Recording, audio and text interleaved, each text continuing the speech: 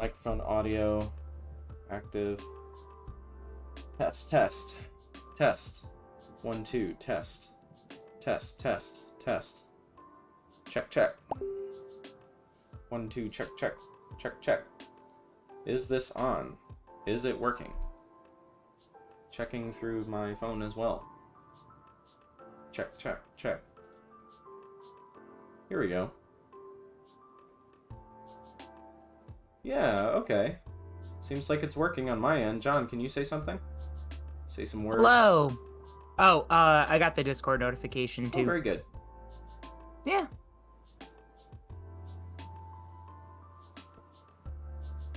And we'll see if your voice should be coming up in a second here.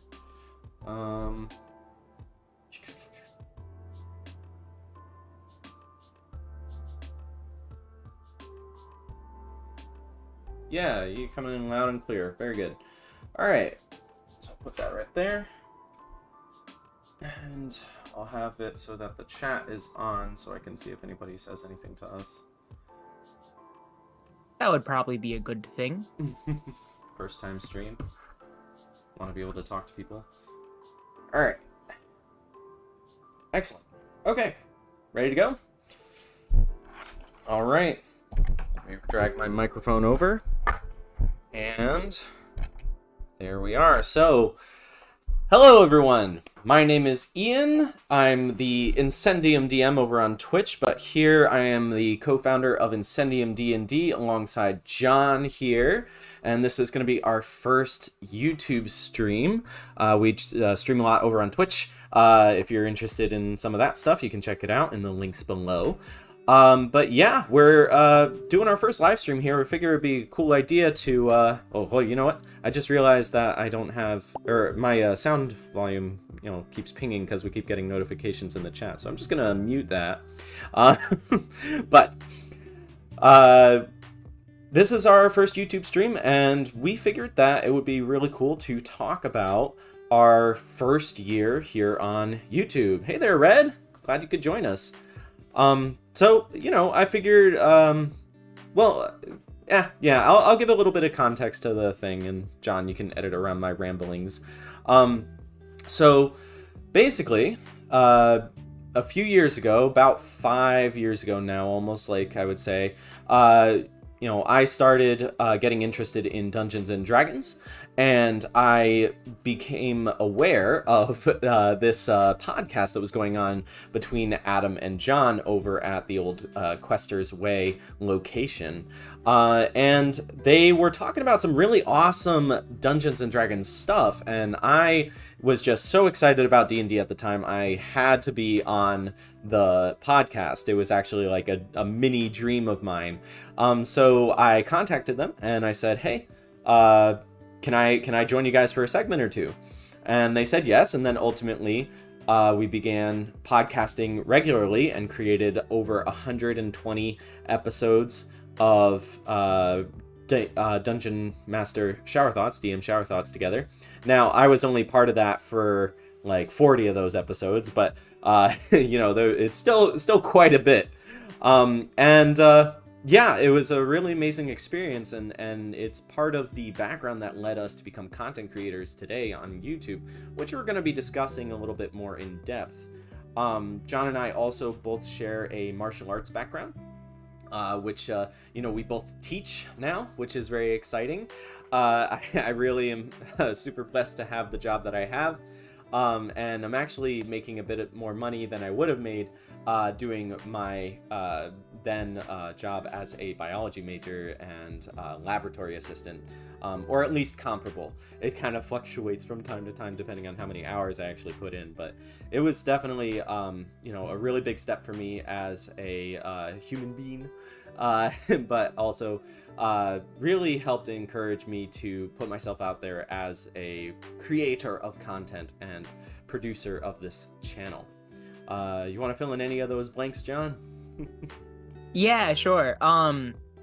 So yeah, I think it was May of 2017 that Adam and I released our first episode of DM Shower Thoughts. And like you said, it was actually February of 2020 that I believe you were introduced to the DMST cast. And actually, I credit you a lot with our growth as content creators because you're also the one that reached out to the Darkmoor Podcast Network. And really, I think that's where we started getting into really cool conversations with other members of the TTRPG community. So again, thank you so much for that. But as time went on and we really got interested in working together, that's when you mentioned that you wanted to do the YouTube thing. I had tried the YouTube thing for DM Shower Thoughts, and I was just really bad at it. I was just also inefficient doing it myself. So one of the things that I think is really great is that we do this as a partnership. And I know there are a lot of YouTube creators that they kind of do the one-man show kind of thing. And I really think there's a lot of value in, having a script, having somebody else look it over, having somebody else edit the footage that you make, or at least go over the footage that you've made. Because a lot of times there are little things that can make a big difference when it comes to releasing an awesome video.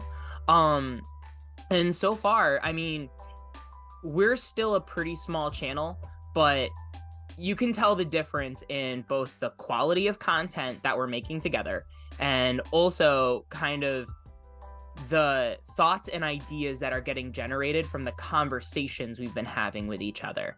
So as we kind of go through this year in review, we've got a few things that we want to touch on, kind of like bullet points we both thought about a little. So just so people can know, Ian, why did you start making content on YouTube? Because you're the one that originally wanted to come to this platform. So what motivated you? So, I feel like I first became interested in making D&D content after that experience that I had over on DM Shower Thoughts, but also because I had started editing on Premiere Pro, which is a pretty high-end editing software, not too expensive, thankfully. I got Premiere Pro because we were looking to expand onto YouTube with the content we were making on DM Shower Thoughts, because we were also recording footage of DM Shower Thoughts that was just kind of going unused. So I came to the conclusion that I wanted to use the visual medium to create a better experience for the people that are interested in our stuff. That was kind of what started everything, I think. And then after a while, as you said, I came to the conclusion that I think it's time for me to do some of my own stuff. I have some fun ideas that I'd like to try. I think one of the founding ideas was the Level Up series, which, we only have 2 videos on, but I was interested in seeing how video games and Dungeons and Dragons cross over with each other and how you can kind of create a more curated experience for your players by taking inspiration from those video games. So that was a big one. The other one was I wanted to learn how to homebrew monsters, and I thought it would be really cool to take the SCPs from the SCP wiki, and see what would come out of those as homebrew monsters. I remember one of the first ones actually that I presented to you and Adam was SCP-939 with many voices, which was a creature that induced like this amnesia effect on its prey. And I think the first thing I asked you guys was, how do I make that work? Like, what would be the best way to do that? And I had said also, I thought maybe it would be cool to take away some of the features of the players as they are under the effect of the amnesia. And honestly, I'm glad I didn't do that because that would have been really rough. There's also the what's it called, the Oblex, which has a similar feature, but really just takes away, I think, stats or something, or gives like disadvantages on ability checks and other stuff. So that was a lot more balanced, and I'm glad you guys pointed that out to me. I think I still ended up going with some different ideas, but it was really cool. So those were the first two series, Level Up and D&D Hacks, as I call it. That really got me, inspired to start working on YouTube. And actually, the word inspired, the word inspiration is probably going to come up a lot in this discussion, because it's really what I feel sums up everything I do when it comes to projects like these. Yeah, I feel like, when it comes to content creation, really the way I look at it is kind of like giving back. You mentioned earlier that we are both martial arts professionals. And I mean, I've been immersed in the martial arts environment since I was 5. And one of the core tenets of our martial arts school is community service, giving back to the community. And that contribution, like, really what you do is you cultivate a skill set until it spills over. And in game design has always been something that's really intrigued me. So, the Level Up series is a great example of that, because while the medium of video games versus a tabletop game, the materials might be different and the way that you interact with the environment might be different, game design is still game design. It's really looking at balancing the elements of choice and surprise in order to have a memorable and exciting experience. So to me, D&D content creation is just an extension of that contribution. And one of the things that I noticed when Adam and I would have conversations with each other, between games or in passing, the kind of stuff we were talking about was really, really cool. And originally, I think that the reason we started podcasting was just to document it, was to have kind of like this archive of topics that we had both found really interesting, and maybe some other people would find them interesting as well. And that's kind of one of the things that's definitely shifted, is not only do I want the content to be interesting, I want it to be helpful and actionable. So it's not just like, oh, it's nice that you did that with your monster, that's cool. Like the SCPs are a good example, Ian, of this is, we not only are giving you a stat block, so if you just want to plug in this weird, unexpected monster to your game, that's something you can take action on right away. We also break down the process of, these are the little decisions that a lot of times are too abstracted to be really helpful. Definitely one of my goals with content creation is to make, concrete content that, people can experience and learn from and learn to do on their own, without being so, as Stephanie from Borrowing Brilliance would say, too woo-woo about it, where, it sounds really nice and then you get really excited, but then you don't know what to do with it. And so really, I think when it came to, oh, no, that's a whole separate question. So I'm gonna interrupt myself here, apparently. So speaking of goals, Ian, when you first started content creation, what were some of your goals? So at the time, I was mostly interested in helping new players learn the system. I mean, I had those homebrew series and ideas, but they were still kind of floating in the air. I didn't really know what I wanted to do with them yet. So I just wanted to help my players, especially, learn how to play the game that I'm trying to play with them. And I thought it might be cool to be able to kind of just like, refer to this video series that I had done, as opposed to taking hours and hours to try and explain how everything works in Dungeons and Dragons. Now, I do know that this isn't like especially original. I think a lot of YouTube content creators who are in the D&D sphere start with this kind of a mindset where they're like trying to pass on what they've learned from the game and get people excited about it. I know that our take on this was D&D cram school, and basically trying to cram as much information into a 10 to 15 minute video as possible. stripping it down to the essentials, basically. And yeah, it was cool. I'm glad we did it, and I think that as we've gone further here, that has changed, which we're going to talk about a little bit more pretty soon. I do think that the big thing here is that our YouTube channel is kind of like a conduit for whatever I'm just passionate about at the time. So yeah, that's basically how I saw it when I was first starting out. Yeah, I think when it comes to content creation, really my goal was to just be part of the conversation with some of the bigger voices in the community.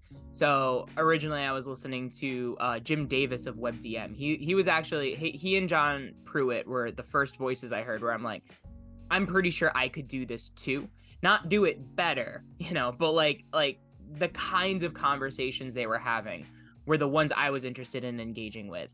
And eventually that spread out to other voices like Ginny D, Treant Monk, these other kind of big voices. And I just thought that being part of that conversation would be so helpful for me personally, and also help me figure out what my unique angle is in contributing to the conversation. Because like you said, it's one thing to do what every D&D YouTuber does, which is create a new player beginner guide. How do you figure out which class to pick? That's something everybody's done, but what's our unique spin on it? And I really think the martial arts is a blessing in that way, because especially the martial arts we train in is about personal growth and development. The martial arts is one conduit for it, like you said, but there are so many ways, like gaming can also help you find your best self if that's the frame of mind that you're approaching it with. It doesn't have to, if that sounds like too much work or too much pressure, let it be relaxing, but it can do so much more with what I think is just a perspective shift and not a whole lot of work. And there is work to be done if you're willing to step into that. So you did kind of hint to it. How have some of your goals changed? So the goals have changed a lot during this year, I think. I think about halfway through, I was kind of coming into this realization about what I wanted to actually do with the channel. I became less and less interested in these basics and, how-tos for the game, and more interested in exploring different concepts that had to do with running the game itself. This is where my homebrew series on D&D hacks, which it's supposed to be all encompassing, but right now I've only really done SCPs on it. That's where it came up. I started getting interested in how to do the level up project. You actually took the first step in that, creating your video, which as we both found out takes a lot of effort in order to make the video stand out properly and have good footage that supports it. A lot of the things I do on this channel have begun to revolve around self-improvement as a dungeon master and as a player in a lot of ways. I do see it in a sense kind of like journaling, where I'm keeping track of this journey that I'm having and having fun doing it at the same time and sharing that with everybody else. Of course, that means that I have to be aware of the entertainment value of my video and whether or not I think people would be interested in it. But no matter what, I always try to put as much effort into each video as I can without overloading it to to just like a pile of memes. And of course, I also want to help foster this community around our channel, and in conjunction with other channels as we become a louder and louder voice in the community, which emphasizes ingenuity and good faith TTRPG discussions. Being genuine is like kind of one of my, genuine and inspiration are like those two words that I kind of like, center myself around as a content creator. Yeah, to be honest, I think if we could hit 10,000 like community members, I'd be happy with that right now. I think that the first goal, like my original goal of just wanting to be part of the conversation, part of that is ambitious in that you need to have a certain amount of, I don't want to say the word notoriety, but nothing else is coming to mind. Like, you need a certain amount of reach. And the way to do that through the YouTube algorithm is through subscriber count and viewership. And no, I didn't say 10,000 subscribers. One of the other YouTube channels I really, really like, Bonsai Pop, mentioned in one of their videos that, subscriber count is a metric, but it doesn't necessarily mean what you think it means.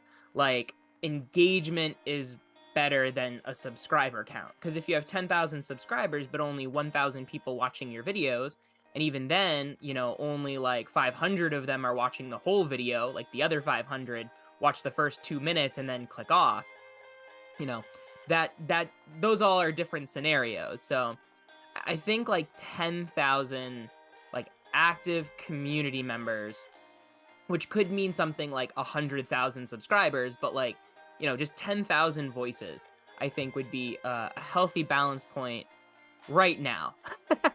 That also could be a little ambitious, but I think it's something that we can definitely achieve. Yeah, I agree. It's certainly achievable. I don't want to spend too much time on like the actual like numbers and stuff, because I feel like we tell people to subscribe enough during our videos. But yeah, it's definitely something. YouTube is something that I'd like to have a decent part of my life, which it already does. I spend a lot of time, most of my mornings, editing, or creating videos as a whole. I think that, getting to that point is definitely, it's good to set that kind of goal, because then you are defining success for yourself. And I don't expect to like make a lot of money off of it. Like you said, it's really about coming into the community and being part of the bigger discussions that that more influential people are having. So let's see here. John, I've been talking about inspiration a lot. I was wondering, who's inspired you to make this content, that you're making right now? Who's inspired you the most? And, and why, I guess?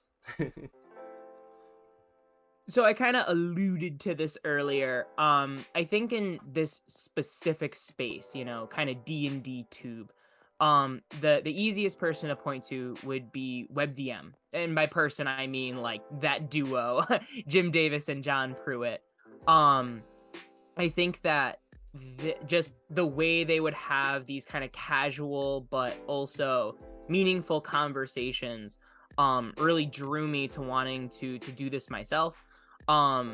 In terms of how I go about content creation, I really have to give credit to my my longtime martial arts teacher, Ken Caputo of Momentum Learning Systems, who I recently had on our podcast Dragon Mind, which you can find on Spotify and Apple Podcasts. You should go check that out.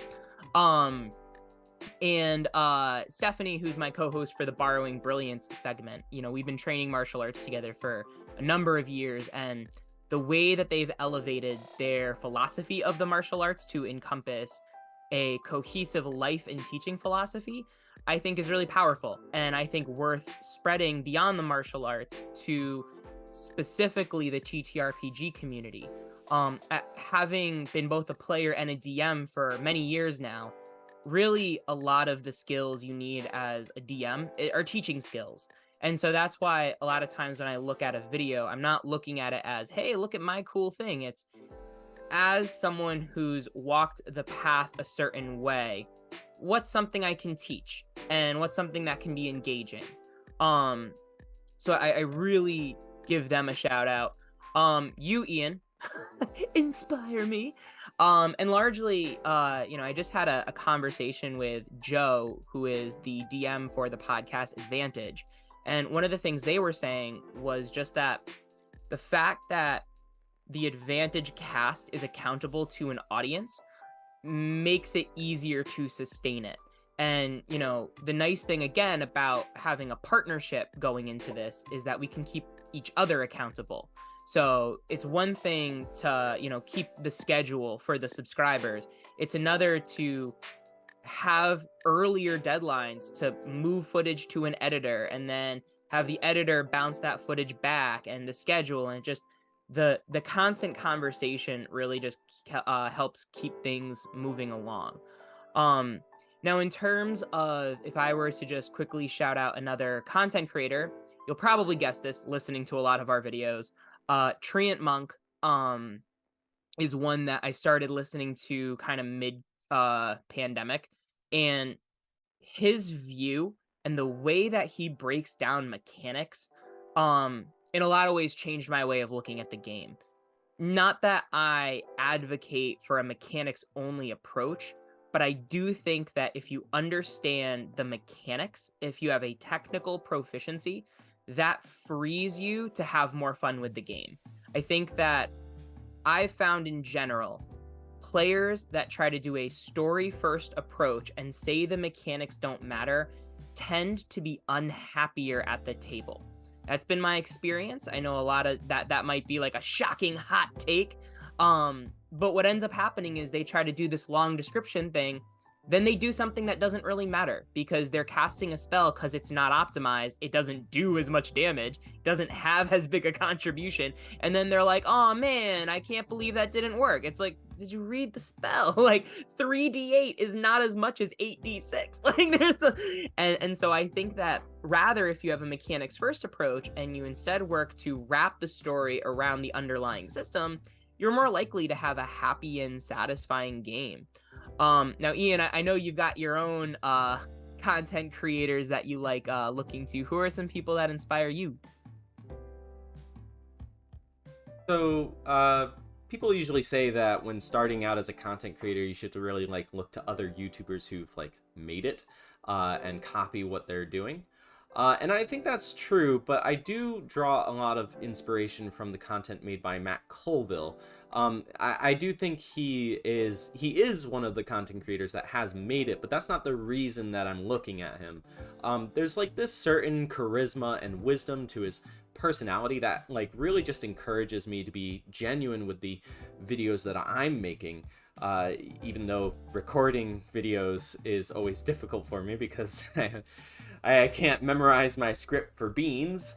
He is, you know, producing his Running the Game series, and from the start, it often has provoked questions in me that I like to turn into content on this channel. Like, for example, quest design, that was a big one. Now there was other things that contributed to that, but I do think that the way he presents how he does quests, you know, that really got me thinking about the possibilities there. Now, of course, John, you also inspire me. But you know, just both patting each other on the back. But you know, you're a great sounding board. You really help me stay grounded with a lot of my ideas. I like to say that my superpower is brainstorming, but the problem is that I have, you know, so much going on during those brainstorming sessions of mine that I just can't really focus them into something that's, you know, workable. And you really help me do that, so I really appreciate it. And you know, for the third and final person that you know, inspires me in the stuff that I do, you know, I'm just gonna shout out my wife. She really helps me feel good about the stuff that I make. She's not really huge into D&D. She enjoys it, but it's not something that she pursues actively like I do. But she does inspire me to make the content that I'm happy making, right? Like sometimes with the SCP series, for example, I'm just not feeling inspired, even though I could make the stat block. I don't want to because I have other ideas, or it just doesn't feel like as, I don't know, creative, I guess. Like it's a type of art that I have to be in the right mood to produce. And you know, instead of forcing myself to make that, I make it when I feel like the time is right. And the reason for that is because of the encouragement that I get from my wife. So thank you, Mary Kate. Now, as a content creator, John, I've been talking a little bit about it, like, being genuine, inspiration. How do you envision yourself currently as a content creator? And if you have a motto, what is it? I think it's actually easier to start this with a motto. Yeah. So the one that I discovered kind of along the way of just doing the DMST podcast, continuing to do the Dragon Mind podcast, is let's discover our best selves through gaming. And one of the things that I noticed really early on through conversations with Stephanie from Borrowing Brilliance is that when you play D&D and you create this persona outside of yourself, you're basically practicing metacognition, which is where not only are you the thinker of a thought, but you're the observer of a thinker of the thought. And, having that kind of like relationship can be very powerful, especially because you're not just thinking about yourself. You're thinking, if I were this other person, how would I make decisions for them? What would my character do? And also, is this what my character would do, or is this what I would do? And you get to kind of play pretend and figure out like what you like about you. And there have been times, Ian, in one of your Curse of Strahd games, I basically played Alucard from like the Team 4-star version of Hellsing. And the more that I played that character, the more I realized that that's not me. I think the show is really funny. I think the character is really funny. I think that I did a pretty decent job like importing that character into a TTRPG space, and I just didn't like playing a jerk. So that gave me a lot of insight into myself. So how can the game serve to help other people have insights about themselves? So I don't really know what role I would be other than teacher, but that isn't to say that I know more than you. I actually think it's more of just like a guide. Again, someone who is thinking through and like trying things a certain way, and maybe other players haven't tried playing that way yet. So these are my insights, and I can kind of show you what I did, and maybe you'll have your own insights and your own processes, but you got to start somewhere, right? So what about you? How do you envision yourself, and what's your motto? I wouldn't say I have like a motto per se. There's definitely a lot of like things people have said that inspire me in my production of content, but I don't know if I could say that there's something that I specifically have like, I don't know, embodied or like taken into myself as like something I like make a part of my person. I just feel my best ability comes in the form of creativity, that I'm kind of like a dreamer, and I want to make the ideas that I have come to life in one form or another. Like with Coursera, for example, I'm making this custom world, and a lot of what I've made, it's lingering ideas that I've had in the past when running certain games, thinking about, wouldn't it be cool if there was like some secret lore that the players wouldn't know about, but that they are discovering through the interactions that they're having, and there's other things that I've added to the game that I came up with on the fly, just because I had to. So I do feel like I said, I am a bit of a dreamer, the brainstormer, just this person who's trying to manifest what I have in my head into my games, into my reality and my life as a whole. So that's kind of how I see myself as a content creator on this channel. So what is it about making content for D&D and the TTRPG community as a whole that that you enjoy, John? Is there anything specific that comes to mind, or is it just kind of a general feeling that you have? So to go back to my original goal, the thing I enjoy most is the discourse, and when there's a thoughtful give and take, or a thoughtful exchange of ideas, which some people would probably roll their eyes at why YouTube then, because like the YouTube comment section is notorious. And I found that in general, the D&D community does tend to be pretty respectful. Sometimes you get someone that's like either a jerk or they don't know their stuff. But in general, I do find that I've found myself involved in a number of thoughtful conversations that I found insightful. And really, I think that's the key thing is when we're doing podcasting, it's easy to get stuck in an echo chamber of having back and forths with only a single voice versus hearing what a lot of different people have to say. Now, I will say I do find myself more often than not in the minority in terms of like opinions about the game, that there are a lot of times where the community at large feels one way about a mechanic or how the game should be run or lore or whatever.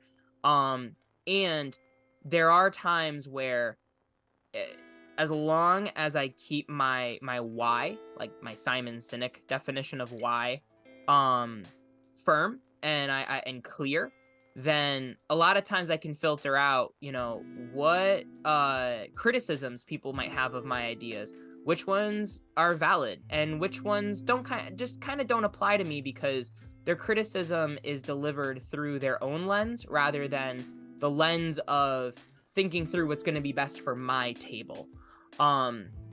So that's pretty much it. I will say I'll shout out, back when I was doing the DM Shower Thoughts YouTube channel, one of the like earliest people I ended up in conversation with was the Dungeon Coach, who has a pretty big channel right now. And, when we were first talking, I think he had like 275 subscribers. So in a lot of ways, I feel like I was in the ground floor of his channel really gaining momentum.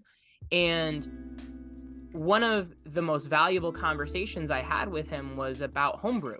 And just the fact that, in my personal experience at the time, I didn't really have good experiences with homebrew content involved in games.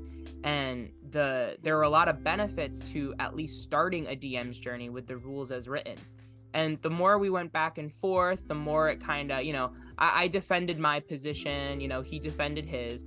And I kind of got this kind of mental itch of well, if I were to do homebrew, what would be the best way to do it? And the more and more I started to play with it, Geras is a super homebrew setting, mechanically speaking. There are a lot of custom rules that, we've implemented, and the game is better for it. So I really credit the discourse into transforming my view and my execution of the game. So, thanks, Dungeon Coach. So Ian, what about you? Why do you like making content for this community on this platform? Well, I did want to first speak to something that you said, that it kind of feels like when you're podcasting, sometimes it can feel like an echo chamber, that you're just kind of talking, especially if you share the exact same views on things, that you're really just kind of, speaking out into the void. And, putting our content on YouTube makes it feel like an enriching experience, I guess, as opposed to just us talking about something that we decided to record. I think that is really a strong reason to have, started YouTube, and it is something that I really enjoy about it, like you were talking about. I do feel like I'm not creating. I feel like I'm contributing to something greater than myself sometimes. D&D and TTRPGs in general, like a lot of things in the world, have this knack for just kind of bringing out creativity in people. I get this same feeling when I train in martial arts, actually, like I'm working towards something big. I've got my black belt, I've got my second degree black belt, I'm a teacher, but I don't feel like this is the end of the road. I want to continue training, I want to continue learning new things that will help me pass on the information that I have to the students that follow me. And you know, whether or not they become black belts, you know, everything in the martial arts is really up to a bit of self-discipline in terms of achieving, you know, greatness, whatever that is to you. But you know, like you said, I want to learn more things so that I can become a better guide for those students that choose to continue it. And you know, some of the content that I make on this channel, it feels like I'm taking a bit of a risk and exposing how I really think when I put it out there.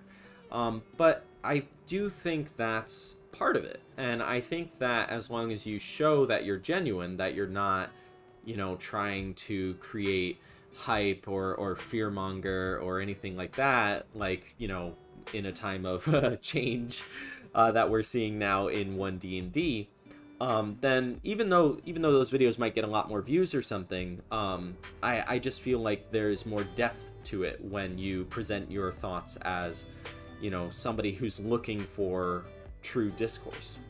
I think that making stuff for D&D, whether it's on YouTube or in my homebrew world for that matter, it just feels like art to me, right? And that's something that, you know, Matt Colville was kind of talking about in a recent video. He was talking about, I think it was art and existential dread, and that really spoke to me. I really resonated with that. So, you know, we talked a little bit about our goals as content creators on YouTube. You know, we talked about this, you know, 10,000 active people on the community kind of thing. But like, what future are we working towards as content creators? You know, not necessarily on YouTube, but in other ways as well. What are we looking to achieve in our career as D&D consumers, if you could call it that? Well, unfortunately, you know, you just brought up existential dread. This is gonna date this video or stream or podcast, however you're consuming this, one way or another.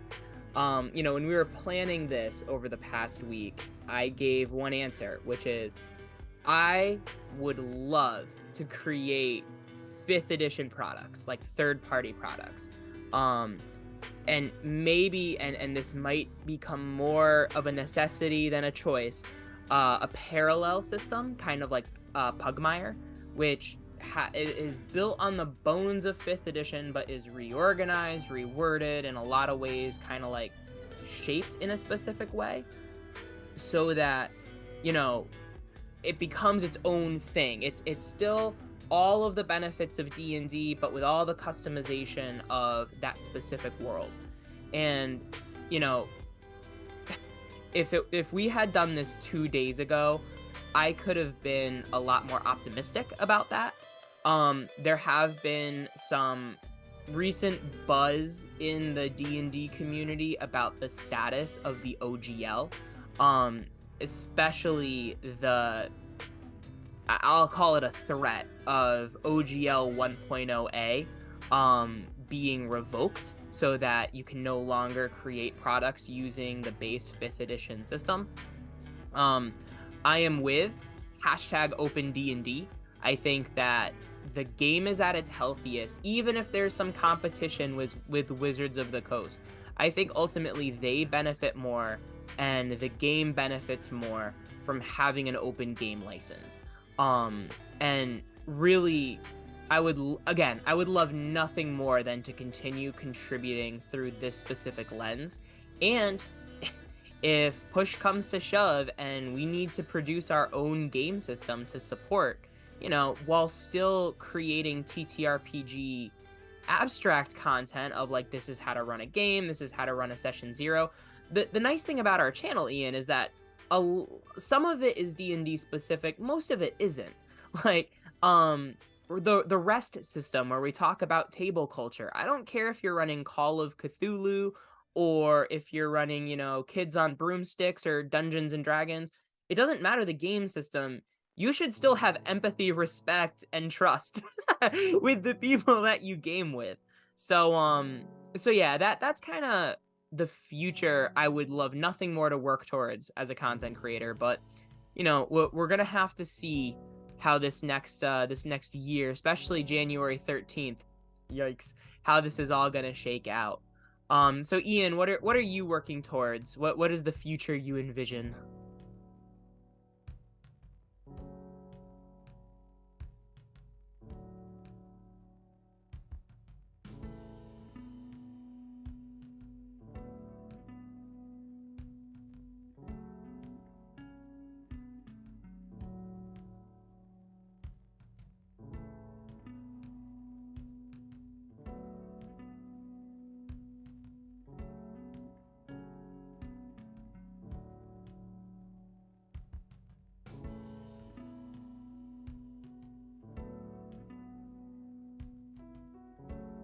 Well, and if I could just jump in for a second, you can legally create it.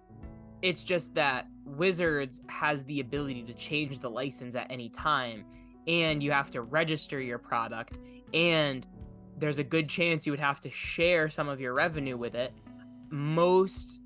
I've seen a lot of like counter arguments of like, well, they only said 750K, like if you make over 750K, yeah, but if they can change the license at any time, they can change that amount at any time.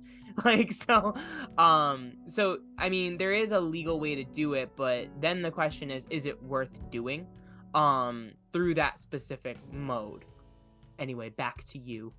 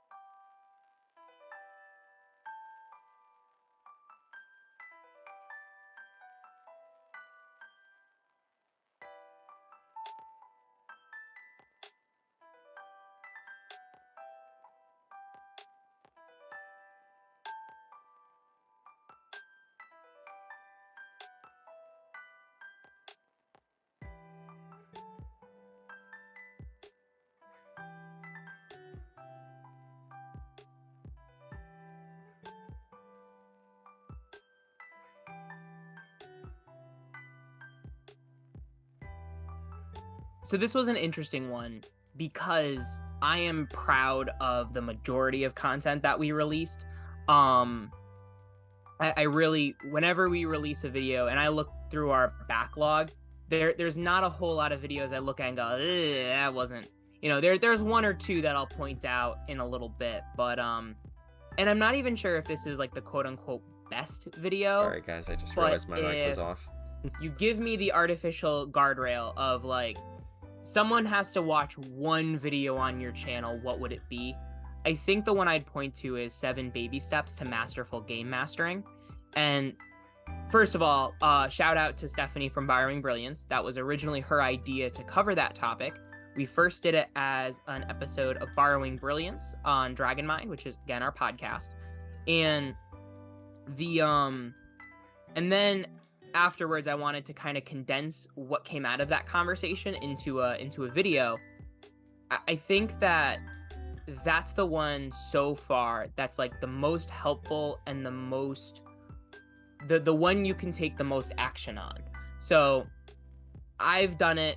I've watched almost every other DM, no matter what my advice is, do it, where they try to go too big too fast, where they try to start with a custom world and they start with a custom system and homebrew rules, and they want to do a multi-year long campaign because it's what they dream about. They don't just start with a one-shot and learn what it's like to be a DM. Because even if you're a very experienced player, you have action economy down, you know the classes and spells inside and out, it's so different to be the one to facilitate the gameplay and facilitate the story. No matter how good your ideas are, there's a difference between the idea and its execution. So really, and the other side of it too is a lot of times players convince themselves they can't be a DM because they make the job actually bigger than it is. So 7 Baby Steps to Masterful Game Mastering, I think, did a good job of breaking down, like, step by step how to grow your skills as a game master with very specific check-in points of, you know, you've done this a few times, try it this way. Oh, it didn't work out, you know, pull back a little bit and then try to level up again a little later. So I think that's my quote unquote best video. It's definitely the one that I would want most people on YouTube to watch. So Ian, what about you? What do you think is your best video? So I just feel like the video that I did my best work on so far is probably the mini series that I did on dungeon crawling. The first video did pretty good in terms of views, and then the second video kind of fell off. You know, it's kind of like a Netflix series. Most people watch the first episode, but they don't really stick around very often for the next one. But the metric, that's not really the metric I'm you know, judging myself on for those videos. You know, yeah, you know, anybody can ask John here that I was really on a dungeon crawling kick for about a month last year. And I just really couldn't get it out of my head that this was some magical experience that I was missing out on. You know, I had a bit of FOMO, right? Fear of missing out. And I wanted to figure out what made it exciting for the people that enjoy that style of play.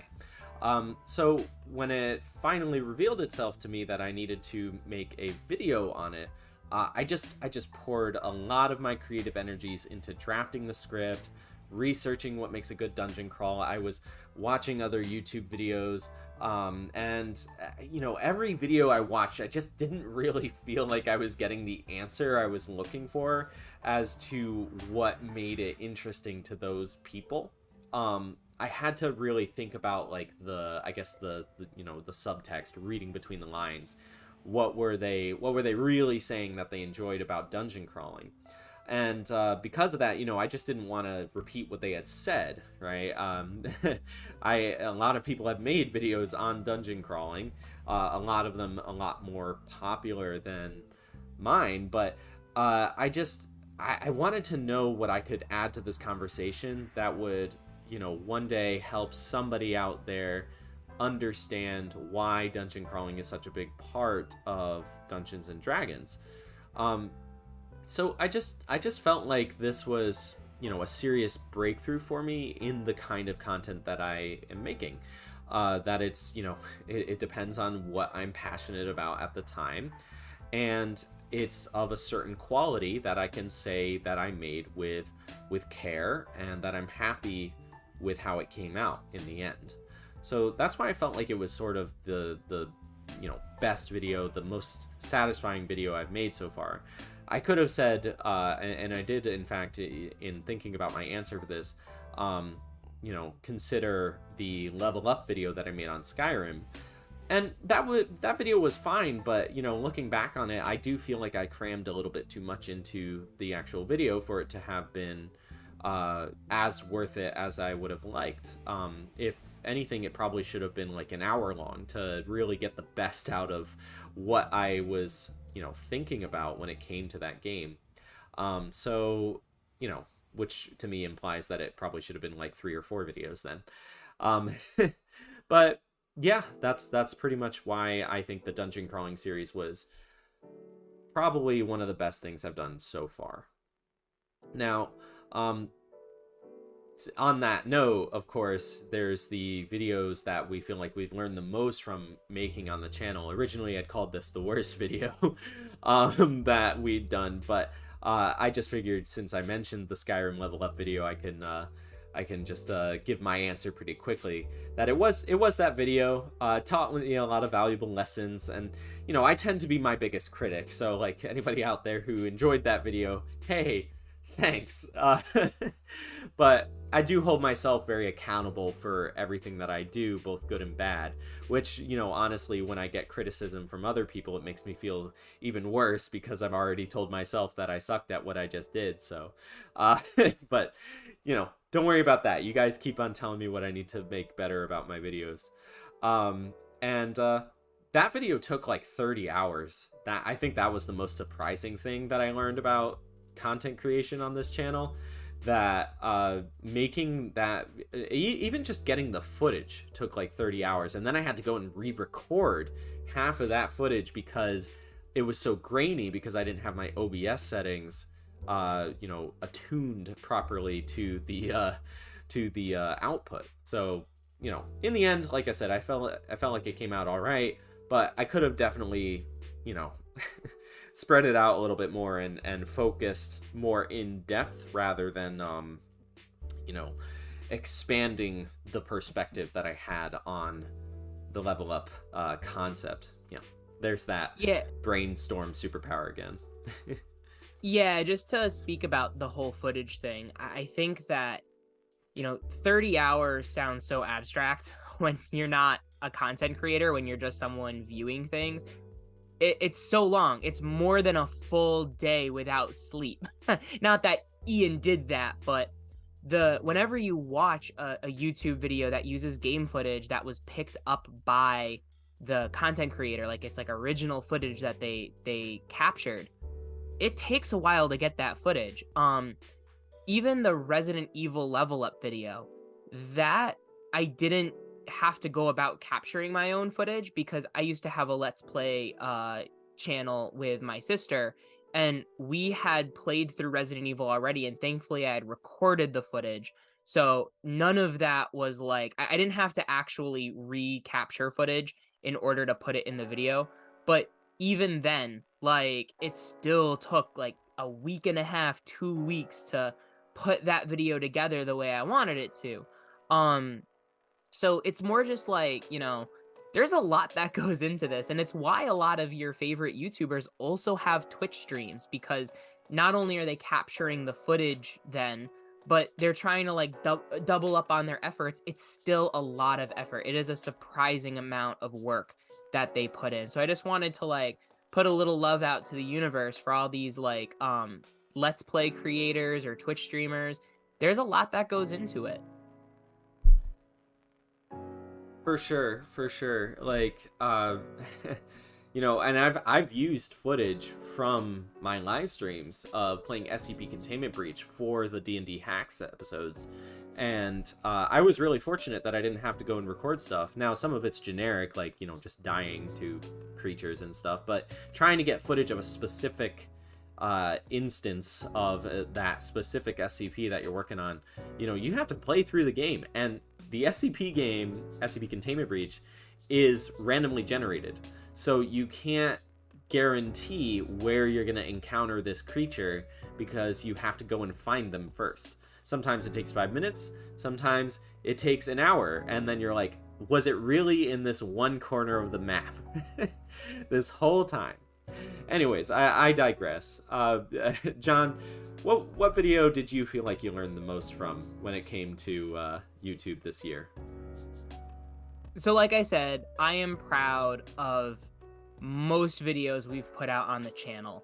The one that I think I learned the most about myself from, again, discovering our best selves through gaming, was the Taking 20 reaction video I did. Um, if I'm going to be honest, I watched Treant Monk do a reaction video to a small channel, and I thought that it was kind of fun. Like, I thought it was fun to provide commentary on another person's opinion. Again, my goal was to get within dialogue of the major hitters, and Taking 20 is a really big channel in the D&D tube space. So I saw it as my way of reaching out. Um, and the one thing I did notice about the Treant Monk video is he was really critical of a lot of the things going on. He had solid points, but again, critical of a smaller content creator. And first of all, this was the other way around of, Taking 20 is a much bigger channel.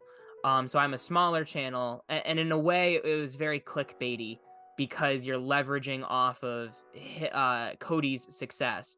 But the way I thought I would go about doing it is the reason I had picked that video, and I just had a lot of thoughts because it was a pretty good video and it was so good. I felt like there were actually really poignant points to make that kind of got like glossed over a little bit, and I didn't see a lot of comments highlighting the parts that I took away from. So, the way that going into it I was kind of envisioning was, not only am I going to talk up Cody's content, um I'm going to put my own little spin on it. I'm going to get my own little twist on how I view D&D. And even then, it came off as critical. Like, listening back to it, if I were to listen to it again, there are a lot of points where I'm like, this is like a bad argument or something, or this is misleading.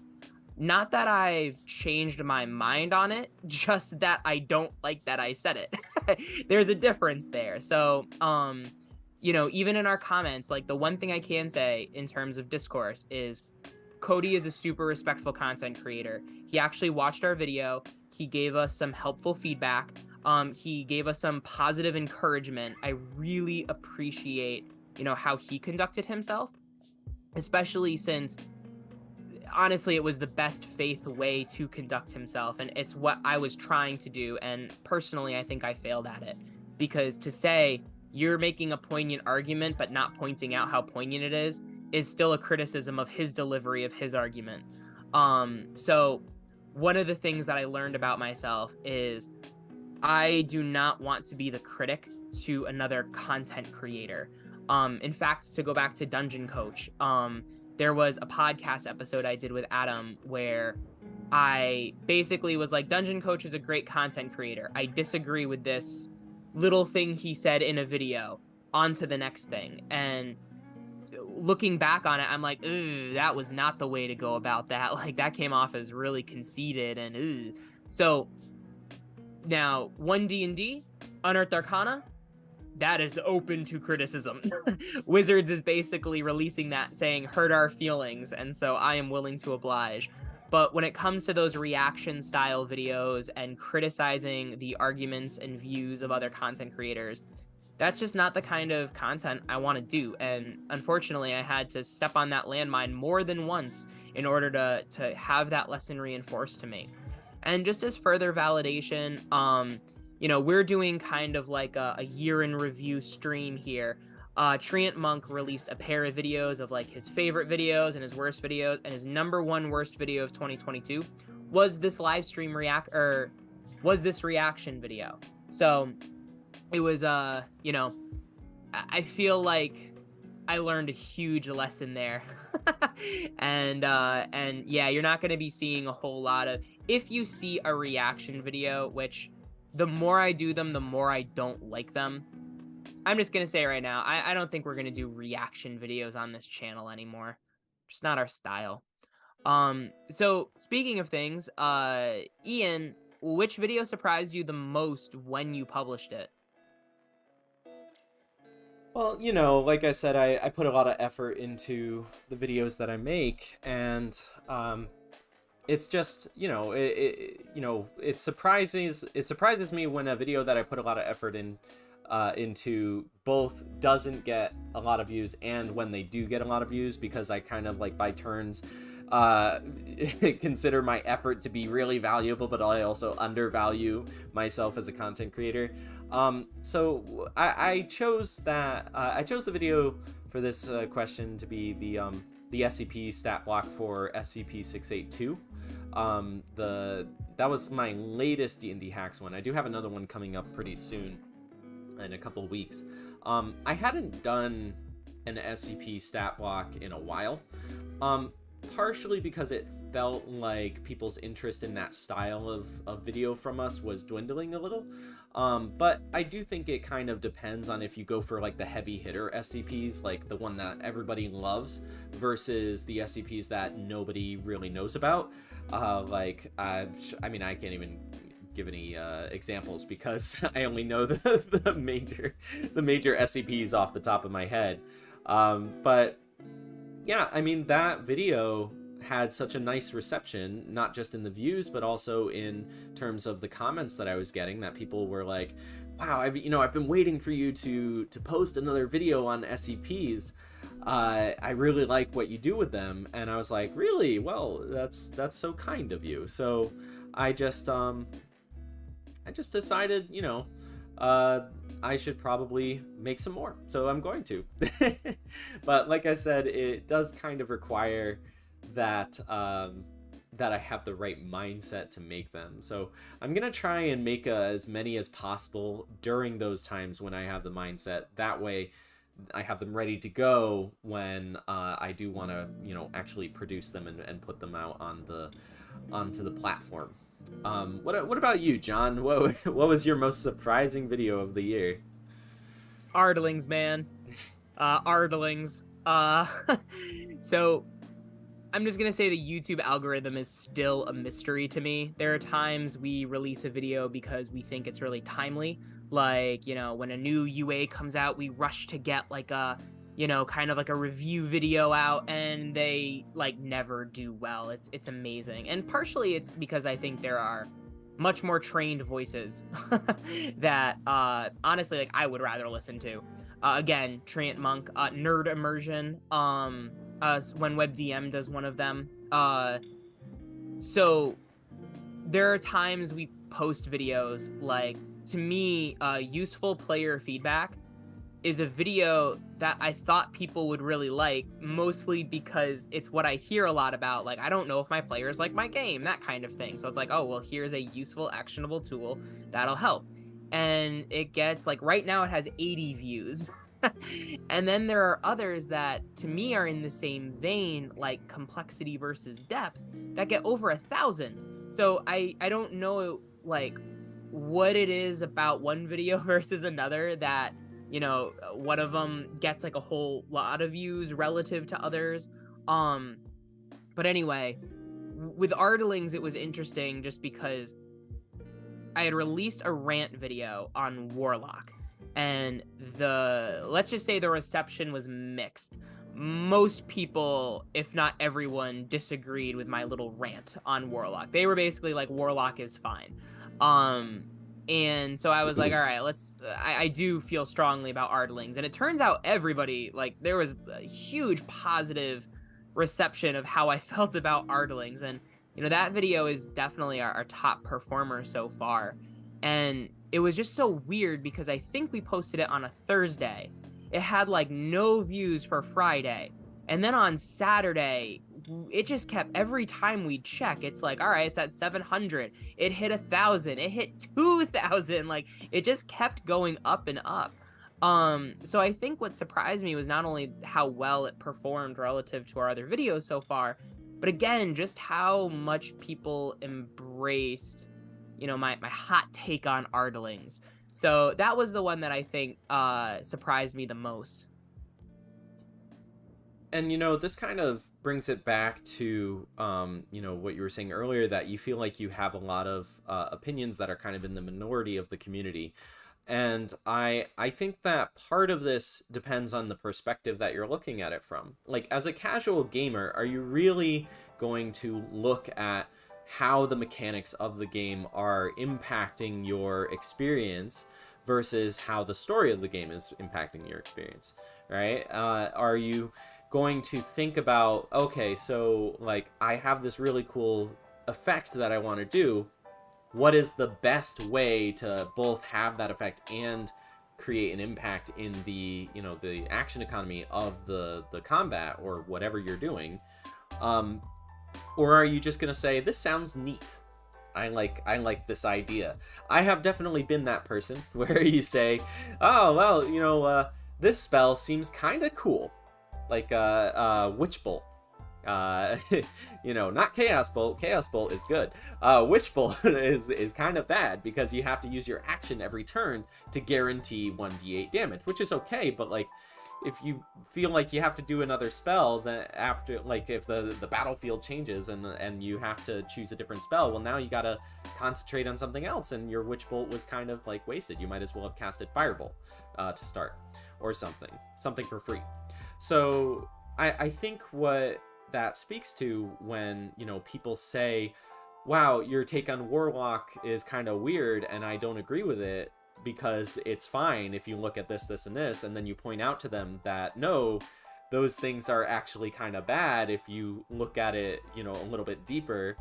um, the reason is because, you know, casual gaming tends to have a louder voice in our community, in the TTRPG community, because it's a game and people play it casually. So you know, there are people like us who want to go deeper into what the design intent behind the game was and how that design played out. You know, people like us who read, I forget what the author's name, but The Art of Game Design, which is the book that you lent me, which is just like a complete breakdown of like how designing video games or regular games or whatever works, and it becomes successful. You know, versus what other people are thinking, that it's just, oh, this is kind of cool and I like it, and I like it the way it is, and I can make that work, you know. So but I do want to say that, you know, we're both coming from the same place, we being, you know, people like you and I, John, and people who don't care about those kinds of things. And that's a place of love. You know, we love this game. You know, we love what people have done with this game. We love being inspired by each other to create new things.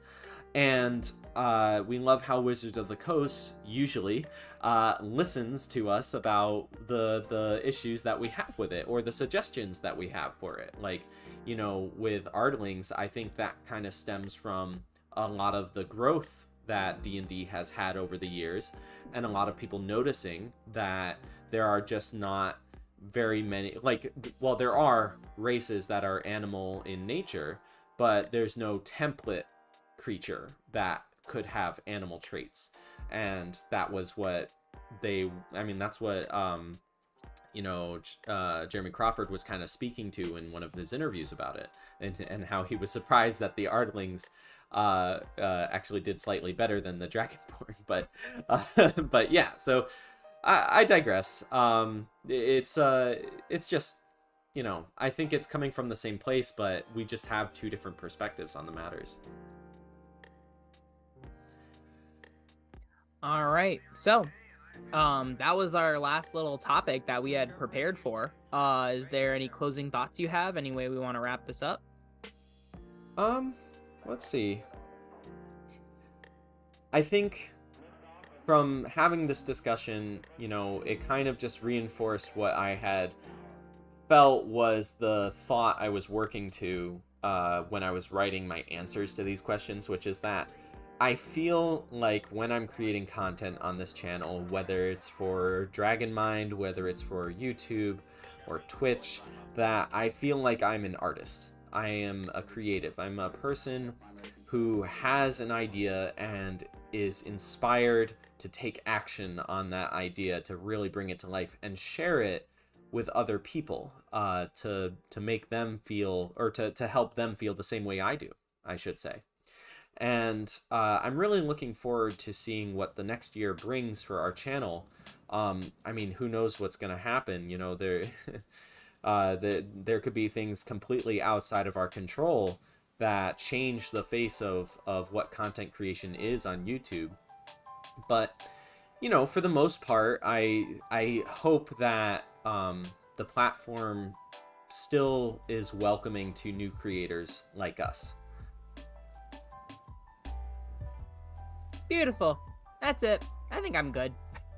Yeah. I Yeah, think so too. just one last little thing. Again, we've got a few different places that you can find us. So obviously, if you're watching the stream, you can see our channel on YouTube, where we have a whole bunch of videos that we've created in order to help to help people find their best selves through gaming. You can find Ian on Twitch and occasionally me on his Twitch channel, twitch.tv/IncendiumDM. We've been playing some Skyrim lately, some like D&D like role play in Skyrim. That's been a really cool experience to play the game that way. And you know, as I've said a few times throughout the stream, we also have a podcast, Dragon Mind, which you can find on Spotify and Apple Podcasts. We're a proud member of the Darkmoor Podcast Network. So if you've heard of Crit Like a Girl or Advantage, we're all part of the same little community. You can also join their community Discord by going to darkmoorpodcasts.com. For Dragon Mind, actually, we have 2 episodes coming up. One where I got to talk to Jackson from True Sight D&D, another up-and-coming YouTube content creator. You should check out his work too. And I got to talk to Joe from Advantage, who is the DM, and we had an awesome conversation too. So that's something that you can look forward to. I think those are all the plugs that I have. Do you have any others, Ian?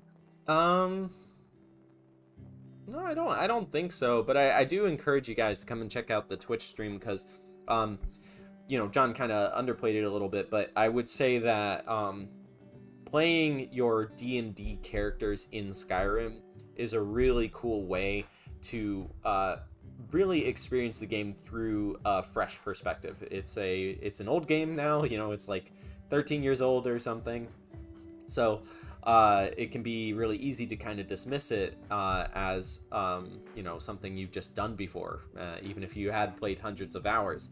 Well, you know, prepare yourself for hundreds more hours of fun and excitement, because putting your D&D character into the context of Skyrim, whether you directly transport them from, you know, their experiences as a character, or you just think this is a version of the character that has grown up in Tamriel and has that kind of experience, but is still kind of fundamentally the same.